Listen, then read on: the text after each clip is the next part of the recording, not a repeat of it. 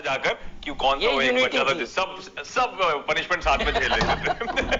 अच्छा, yes bank के number से आपने बातचीत की शुरुआत करी तो Q1 का परफॉर्मेंस मिला जुला है। एनआईआई में 16% का डिक्लाइन है, पर जो एक्सपेक्टेशंस थी, खैर बहुत वैलिड एक्सपेक्टेशंस रहती है यस बैंक को लेकर, लेकिन जो पोल निकल कर आया था उससे फिर भी अहेड ऑफ एस्टिमेट्स है एनआईआई का गिरावट, जो आंकड़ा आया।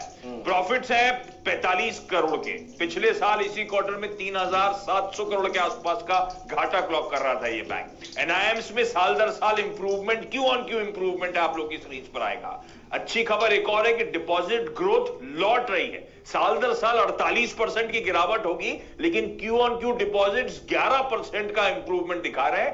पर इन सब के बीच में ये ध्यान रखिएगा कि पेन अभी खत्म नहीं हुआ है इस बैंक को लेकर। ट्रिपल बी और बिलो जो बुक है उसमें करीब करीब क्यू ऑन क्यू 5% का इजाफा हुआ है। कासा रेशो 19 क्वार्टर्स के लोज पे आके खड़ा हुआ है। बैंक ने कोई मोरेटोरियम की डिटेल शेयर नहीं करी है और बैंक ने मोरेटोरियम के अगेंस्ट में 5% की प्रोविजनिंग करी है, जबकि सारे पीयर सेट ने 10% अमूमन प्रोविजनिंग कर रखी है। आरबीएल बैंक कमजोर आंकड़े, वीक एवर ऑपरेटिंग प्रॉफिट कहा जा रहा है, इस बैंक ने अब तक का क्लॉक करा है। Q on Q operating profit जो है 10% गिर गया है। दरअसल वजह है कि एनआईआई ग्रोथ अब तक की वीकेस्ट एवर है, महज 2% क्यू ऑन क्यू की एनआईआई ग्रोथ आपको देखने को मिलेगी। एनआईएम्स में डिक्लाइन है, 4.93 से रिड्यूस होकर 4.85% क्यू ऑन क्यू। ये लगातार चौथा क्वार्टर है जब साल दर साल प्रॉफिट्स में 45% या उससे ज्यादा की गिरावट आ रही है। इस तरह से प्रॉफिटेबिलिटी वाइप ऑफ होकर नजर आ रही है आरबीएल बैंक की। मोरेटोरियम 1/3 बुक से अब रिड्यूस होकर 14.5% पे आ गया है। ग्रॉस एनपीए रेशियोज में क्यू ऑन क्यू एक मार्जिनल सुधार है। आईडीएफसी फर्स्ट बैंक, कई सारे रिटेल इन्वेस्टर्स के लिए अच्छी खबर, बहुत लोग फंसे हुए हैं, नतीजे अच्छे आए। ईयर ऑन ईयर एनआईआई 38% का उछाल दिखा रहा है। 617 करोड़ का पिछले साल घाटे के सामने 93 करोड़ का मुनाफा हुआ है। उम्मीद 88-89 करोड़ के मुनाफे की थी, तो उम्मीद पे खरा उतर गया। एसेट क्वालिटी में एक मीनिंगफुल इंप्रूवमेंट, 2.6% से 1.99% ग्रॉस एनपीए। नेट एनपीए में भी एक मीनिंगफुल इंप्रूवमेंट है, स्क्रीन पर आ जाएगा। मोरेटोरियम 35% पहले, अब 28% पे आ गया है और डिपॉजिट मोमेंटम स्ट्रांग है। Year on year 5.5%, Q on Q 7.5% का इंप्रूवमेंट और लार्जली रिटेल डिपॉजिट्स मोबिलाइज अच्छे करें इस बैंक ने।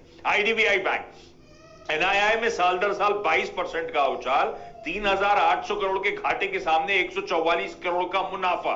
पर ध्यान रखें, एनपीए राइट बैक्स करें तो ये back to back second quarter है जिसने फिर इसके चलते मुनाफे को एड करा है।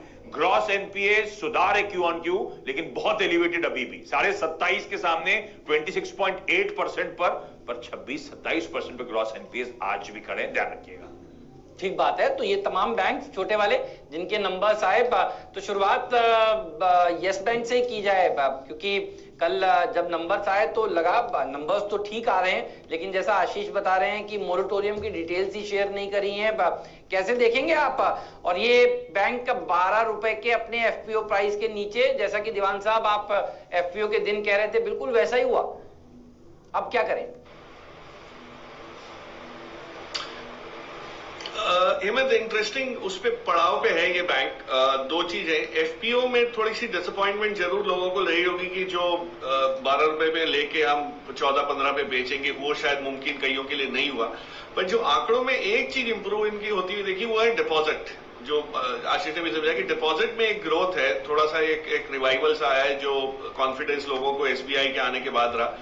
बट हमारे इंजीनियरिंग में एक टर्म हुआ करता था ATKT, allowed to keep terms, मतलब आपके मार्क्स पास मार्क्स से कम होते थे तो आपको एक सेमेस्टर के लिए और वो राहत दी जाती थी, छूट दी जाती थी कि भाई अगले सेमेस्टर में आप रीटेस्ट करके पास हो जाइए, ताकि आप यहां से जाएं और डिग्री लेके निकलें। तो जो ATKT वाला जो स्टेज है ना, वो ये बैंक उस स्टेज पे है। तो इसमें इसका आकलन करना, कंपेयर करना with regular bank like IndusInd और आरबीएल थोड़ा सा वो रहेगा, अनफेयर रहेगा। इसको अभी दौड़ने चलने की जो इसकी क्षमता बन रही है, उसको थोड़ा समय देना पड़ेगा। हो सकता है, मैं ये कहने की अभी कोई आंकड़ा नहीं डाल रहा है इसमें, पर हो सकता है कि ये अगर इंप्रूवमेंट का दौर जारी रहा तो यहां से इसमें थोड़ी अच्छी खासी बढ़त जो है वो दिखनी शुरू हो जाएगी आपको अगले 2-3 क्वार्टर के बाद। लेकिन आज जल्दबाजी करके इस 12 रुपए पे लेना है, ये मेरे हिसाब से ये नहीं, क्योंकि अगेन इतने अच्छे विकल्प आपके पास है। तो जो क्लास में अव्वल नंबर के जो प्लेयर्स हैं उनके ऊपर पैसे लगाएंगे।